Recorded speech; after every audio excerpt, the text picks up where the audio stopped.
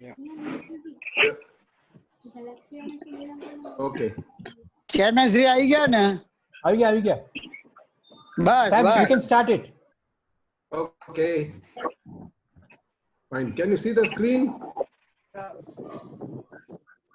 Yes. We can start it. And Yes, audio sir. is okay? Yeah, audio is okay, sir. Okay. So everyone, good morning and welcome Good morning, welcome. to the webinar of our Gujarat Innovation Society. Today, I am going to talk on some of the opportunities available to us in the healthcare sector in the times of COVID-19. So let us first begin with just a general short overview of innovations in healthcare.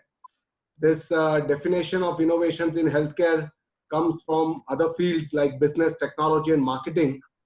And the definition is similar. It's either a new idea, device, or a method, or it is a process innovation where we introduce new ideas, devices, or methods in the healthcare delivery.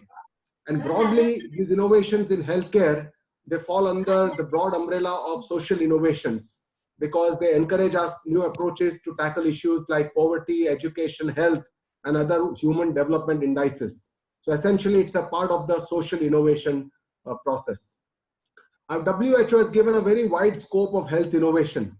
And according to WHO, the scope of health innovation includes improving the efficiency of services, the effectiveness of services, quality, sustainability of the healthcare services, safety, which is of paramount importance when we talk of human healthcare, and of course, affordability is also very important. Equitability for all the providers is very important. This definition also includes health policies, practices, systems, product innovations, technologies, services, and delivery methods of healthcare that can result in improvement in the healthcare of the society at large. And this scope also includes innovations in terms of patient research, patient satisfaction, education and training, and accessibility of healthcare to keep in mind for the people, especially from the rural background. So ultimate goal of healthcare innovation is to improve our ability to meet the health, public and personal healthcare needs and demands by optimizing the performance of the health system at large. So that is the entire, the wide view of the healthcare innovations. A conceptual framework of healthcare innovation would include quite many verticals like treatment, diagnosis, prevention, education, research, and outreach. And within each of these verticals, there'll be many horizontal safety, efficiency, outcomes. And at the center is the patient, of course, who is going to get the benefit. But the use of information technology and the stakeholders form the entire umbrella of these innovations. Now, the process of healthcare innovation involves multi-step process. As I said, the consumer needs and the patient needs are the most important. And this includes the stakeholders like government, the physician, the healthcare professionals, the companies, the corporates, even the universities, and nowadays the incubation centers which are housed within the universities, which act as a catalyst change for innovations, and the consumer advocacy groups, the IP organizations, all these, they help to develop and market a new innovation which can come into a clinical use where it is developed and adopted in clinical practice. Similarly, there are multiple steps involved in all these service level organizations where innovations have to be developed. Initially, once you develop a service or a product, in the healthcare field, the important thing is that this requires a lot of testing. It passes through several different tests, phase 1, phase 2, phase 3 of testing. It also has to look up to the IP, the compliances, the regulatories, the materials, the biomaterials which can be implanted into the human body. So a lot of complex fields are involved here. And finally, when they come out into the clinical trials, the adaptability based on their safety and other parameters are important. The cost and the affordability is important at this point of time. So the key stakeholders, as we have mentioned already, are a lot of organizations. Government is the key person, but the physicians, caregivers, patients, organizations, innovator companies, regulatories, all are important stakeholders for healthcare innovation process. So with this brief background in mind, let us now come to the situation of COVID-19, and we will discuss more about the Indian perspective rather than the world scenario. And we'll talk about whatever innovations in healthcare has happened in the last 6 to 8 weeks and what is going to be the future of innovations in healthcare. So as we all know, crisis causes huge shifts in attitudes, in behaviors. It introduces new policies, new systems, new ways of working, and it creates a new consumer behavior that is going to alter the way we are going to live in the future. Some of the examples: 9/11 caused more stricter aviation securities. World War II made a lot of changes. It helped us to get in the era of computers, internet, and the warfare, and all the defense weapons were developed after the World War II. SARS increased the use of e-commerce in 2003. So these are some of the examples of crisis which causes long-lasting changes. And I'm sure COVID is going to make huge changes in the way we live and we work in this world today. Now, so COVID-19 has increased in a short period of time. Within just 2 months ago, nobody thought that we could think so differently. It has changed the landscape scenario of innovation opportunities in healthcare sector. So the current coronavirus outbreak, in the global scenario, if you see, there are more than now 3 million cases, infected patients, more than 200,000 deaths globally, and unfortunately, the world's most developed nations, the United States, the North America, and the Europe, are the worst hit countries and the continents in the world today.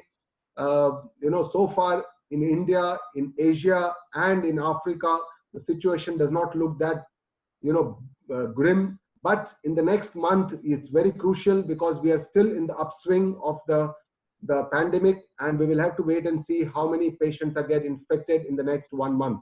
So this is send all the people in the world to shelter, almost a lockdown in the entire world, which is unprecedented, and this has created new problems and new solutions have to be found. So a large number of patients have been affected, and it has urged government worldwide to take a lot of proactive action to fight this pandemic. So these are some famous, very famous words of Winston Churchill: "Never waste a crisis." And some of the good examples of the good works that has come out of this crisis, especially from the small companies and the MSMEs, I'll talk about them.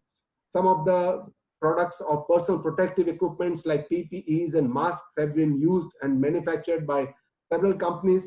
Testing kits, I will come to that, how India has taken a lead in developing testing kits as well. Ventilators and isolation wards in the hospitals where it is necessary to treat these patients. The drug research has also been quite in the forefront, and the use of many medications like hydroxychloroquine, vaccines is currently in the forefront. I will talk about it. The disinfectant devices that have been used and that can be used, and what is the potential of developing these devices in the future, because this disease is going to change our health practices.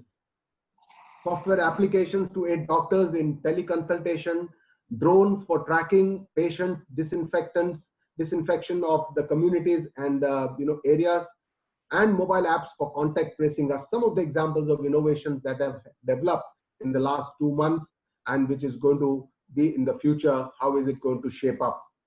So let's come to some of the examples. As early April in Assam, a stay-home app was developed for suspect and contact tracing, and this was mainly used for home quarantine patients by the authorities, so that they could use the data analytics to track the quarantine people, and if they violate the action, then action can be taken. So these are, even government has developed this Arogya Setu app, which is also one of the ways to contact or trace the people and their movement, their behavior, and their contacts, and which can help in there. Gujarat has roped in many private firms to manufacture PPEs, N95 masks, and Arvind Mills, Shore Safety, and some other companies as early as April started manufacturing this, because the government felt that the pandemic is going to increase and we will need more of these for our own healthcare workers. So there is a firm in Noida called Agwa Healthcare, which along with Maruti got a nod to supply and develop 10,000 ventilators. Ventilators are the machines which are used in artificial respiration for patients who are very sick from coronavirus. They developed serious pneumonia. For them, ventilators are essential. So these are some of the deliveries that have already started from this company. Maruti Suzuki also helped, apart from ventilators, to create masks and PPEs to fight against COVID-19. So you can see unprecedented activity where people from different fields coming together. Here you can see in Gujarat, there's a company which developed a low-cost ventilator device. Of course, this is a very basic ventilator. This is not a very sophisticated ventilator, but this can actually give some pressure control ventilation to patients who have, pneumonia or ARDS. Similarly, a company from Manipal, Breadtalk Technologies, developed medical grade refrigerators which can be used to preserve samples when they are transported from the rural population to the urban centers or the diagnostic centers. So this is going to be commercially launched soon. Similarly, hand hygiene solutions, several different hand hygiene companies are developing hand sanitization machines. Either they could use alcohol-based disinfectants or they can use ultraviolet rays or things like that. And this will be in the future used in a lot of hospitals, malls, cineplexes, multiplexes, and shopping complexes, even at airports, railway stations. So there's a huge opportunity in developing this kind of hand hygiene solutions in the future because our practices are going to change. The other major focus is the diagnostic testing. And this is where the COVID-19 kits, as you know, India initially to begin with was very slow in testing. But now we have ramped up testing and the testing has increased in the country and the number of cases have also gone up similarly. India has also taken a lead to developing some of the testing kits. Currently, the gold standard testing is by a test called PCR test. It is a nasal swab which is taken, which is put deep into the nose, and from there you take a PCR sample and test for PCR. PCR is a polymerase chain reaction which detects the RNA of the virus. This is an RNA virus, coronavirus. It is not a DNA virus. Some of the viruses are DNA viruses, but this is an RNA virus. So this can be used, and new diagnostic kits are being developed at affordable prices. In the future, we will see this kind of testing at large population in malls, in retail clinics, in hospitals, at airports. You can do testing, and so there is a big need to develop testing kits. And this India has also taken up this challenge quite well. So one of the companies called BioLabs from Pune, they developed India's first PCR test kits, and they have ramped up their capacity to produce 20 lakh kits every week. And one of the co-founders said that government gave them a very quick approval within 24 hours, and that government is doing a very good proactive job in giving early approvals for this kind of testing. Similarly, in Bangalore, there is a company which developed a closed loop system which is used for ventilated patients, where the secretions can be, they don't come in contact, they just go around in a closed loop. And so the hospital doctors, nurses do not get infected by the the secretions which carry the viruses. And this is a protective device for patients who are on ventilators. So this is a very good, so they don't need to disconnect ventilators to do the suctioning, and this loop system can be used. Similarly, in Sri Chitra Tirunal Institute in Trivandrum, they developed a testing device with a Chitra gene lamp, which allows the testing less than 1,000 rupees in 2 hours. And this is, is going to be licensed to obtain manufacturing very soon. Similarly, new therapeutic options are coming into the field. As you know, currently the focus is to develop a vaccine, but it is not that easy to develop a vaccine for a very new virus, because the vaccine requires a lot of testing, because it has to be absolutely safe, because here you're talking of prevention of the disease. So it will take at least 9 months to make it a reality. It's not that the vaccine is going to come out very soon, but there are a lot of companies world over who are trying. At least the Oxford has already started testing in the UK. And the other area which is being tested is the plasma therapy. So plasma therapy is something called a convalescent plasma. So a person who has recovered from COVID-19 or coronavirus infection has some antibodies in his blood, his or her blood. So once they recover and they become negative from the infection, they can donate their blood, and from their blood, the plasma can be extracted, which contains these antibodies, and that can be infused into the person who is already having an infection with COVID, active patient. So that can help with the preformed antibodies in them, which can help these patients. So this plasma therapy is being also tried in India and worldwide, repurposing old drugs like chloroquine, the anti-malarial drug, hydroxychloroquine, which is a drug used for autoimmune disorders, some of the antiviral agents like lopinavir, ritonavir, tocilizumab, favipiravir, and a new drug called remdesivir, along with the azithromycin combination. So these are some of the drugs which have shown some promise against COVID.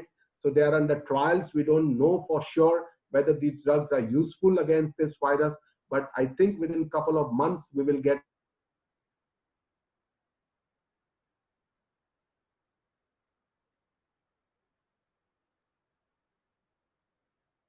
going to fall down or die down early. It is going to be with us for some time, and that's why all the efforts currently are in the pharmaceutical field and in the vaccine field and in the treatment field for these patients.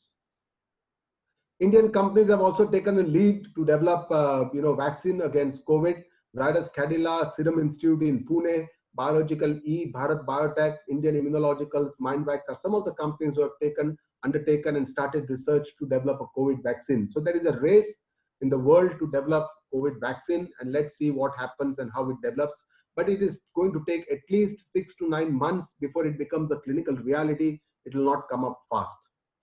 The another field which has taken over by storm, and it is going to be different, completely different, where most of the innovations will come, is in the field of digital health. It will create a revolution in the field of digital health, because you have a lot of data which can be analyzed. World over, there are 300,000, 3 million patients with COVID. So a lot of data can be analyzed to come up with analytics and robotic process automations, also called as artificial intelligence, which can help administrative tasks to develop new tracking tools for coronavirus, like vulnerability maps, COVID-19 pulse helpline tools for disease information, awareness and education, and digital tools to support patient triage, to relieve nurses and hospitals so that they can focus on the delivery of care. So a lot of digital tools, data analytics are used to categorize patients, to identify patients, to track patients, and to give a lot of information. And all this can be done now with the help of artificial intelligence. This is one of the paper that came in the New England Journal of Medicine, how digital revolution is going to come and usher in after the COVID-19 and healthcare. So this is another big area. Another significant area that did not develop well in the last 20 years, but there was a very big scope in our country, is the field of telemedicine. And fortunately now, about 1 month ago, government came out with a notification, and the policies and the procedures and guidelines for telemedicine are now very clearly defined. It has now become a legality. It is legal. So far there were a lot of issues, whether it is legal or not, whether it is medico-legally acceptable prescriptions, whether advice of doctor is valid or not. So there were a lot of issues regarding morality and ethicality of telemedicine. But now it has become very clear. So hospitals and medical device companies can now focus on remote patient engagements, doctor-patient consultations. Already it has started all over the world with telemedicine, virtual rehabilitation, virtual assistance, chatbots for identified patients' initial complaints, telehealth for isolated patient management, and of course online apps for webinars and conferences like Zoom, like Cisco WebEx, and other platforms are being developed. Even in India, government is it is motivating people to develop this kind of online apps so that we can have more of webinars and conferences. So these are the areas which are going to increase in the future. Working from home, video conferencing, these are the tools that are going to really take shape in the future in India. The telemedicine has got a booster shot because of coronavirus. Companies like Practo, Librate, who have dedicated telemedicine platforms, have pumped up their services and are trying to develop better and better platforms for telemedicine. Similarly, there are other fields like teleradiology, where you can actually see the images of CT scan, X-ray across different areas, and you can give reports are being developed. So teleradiology is a big thing that is coming up. Telepathology, healthcare artificial intelligence is an important tool which helps the government and health authorities to make predictions for the future and make action plans for this kind of pandemics. So China's success with artificial intelligence as a crisis tool demonstrates that it is quite useful and justifies the financial investment that the technology has required. And there are 7 ways where it can help currently in disease surveillance. It can be used as virtual healthcare assistants like chatbots, so that you can describe your symptoms and it will tell you whether you're likely to have coronavirus, you should go for testing or not. Diagnostic tools can be used with the help of artificial intelligence, facial recognition and fever detection. There are systems now being developed where you can artificially monitor, even in a closed room, if there are 10 people, it can detect somebody having fever. So these kind of tools are being developed by artificial intelligence. Intelligent drones and robots are used a lot for for quarantine, for people education, for spraying of disinfectants, and a lot of artificial intelligence is being used in this kind of devices. curative research, artificial intelligence is being used in and information verification. So these are some of the areas where artificial intelligence can be used along with big data analytics to improve the prevention and treatment for this kind of diseases. So there are some papers also and research coming in how COVID-19 is boosting artificial intelligence to protect healthcare workers and curbing the spread of this disease. Another area where COVID-19 is making a significant progress or inroads is opportunity to make in India and manufacturing hub for healthcare. Pharmaceuticals has had a very good history of a high export of pharmaceutical drugs, the API or the active pharmaceutical ingredients and bulk drugs, especially the generic drugs. India was a big market for developing and production of generic drugs. But we still had a large dependency on China, and currently we are in the process of reducing this dependency.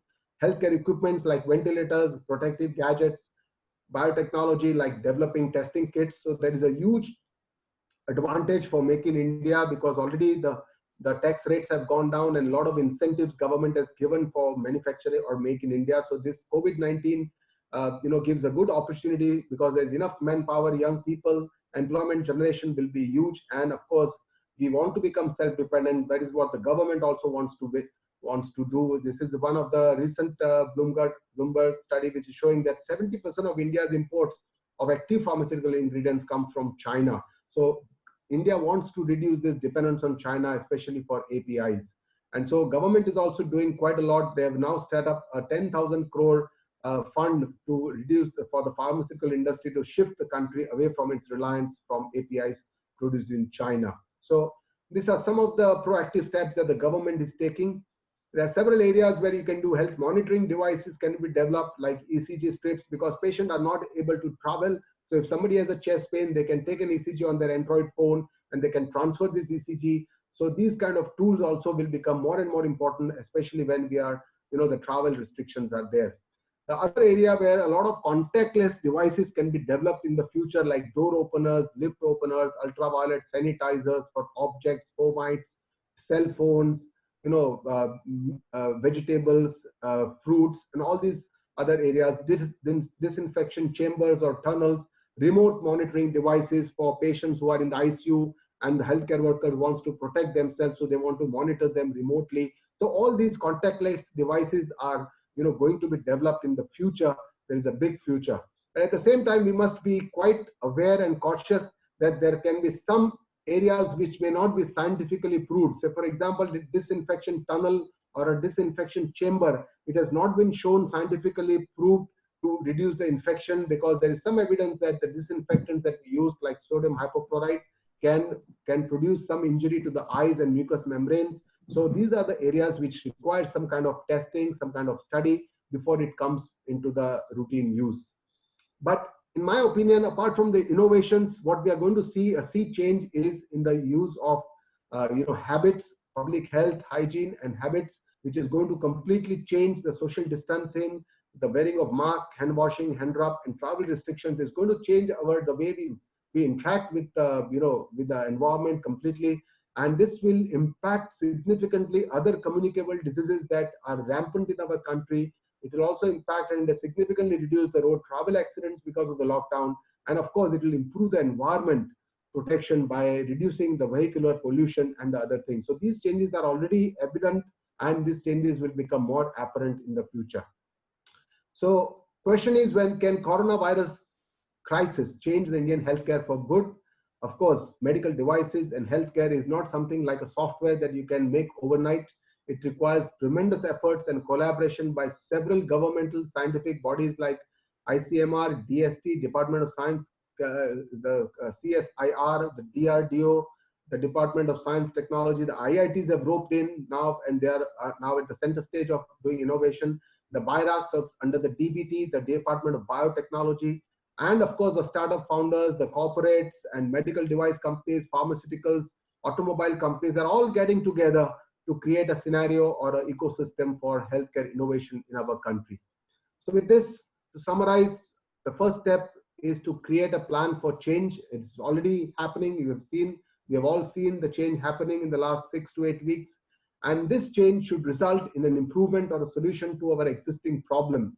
And if it involves creating new processes or new ideas, certainly it will be termed as innovation. But ultimate goal or idea of any innovation is to provide a benefit to the patients or the society at large. And the current coronavirus crisis presents a huge opportunity for a disruptive change and innovation in our healthcare landscape. And let's see, only time will tell whether we can convert this opportunity or crisis into an opportunity and to transform the India's scientific landscape to create kind of a ecosystem for innovations and can lead the world in the future for healthcare innovations. So I thank you all, and I'll be happy to answer any questions.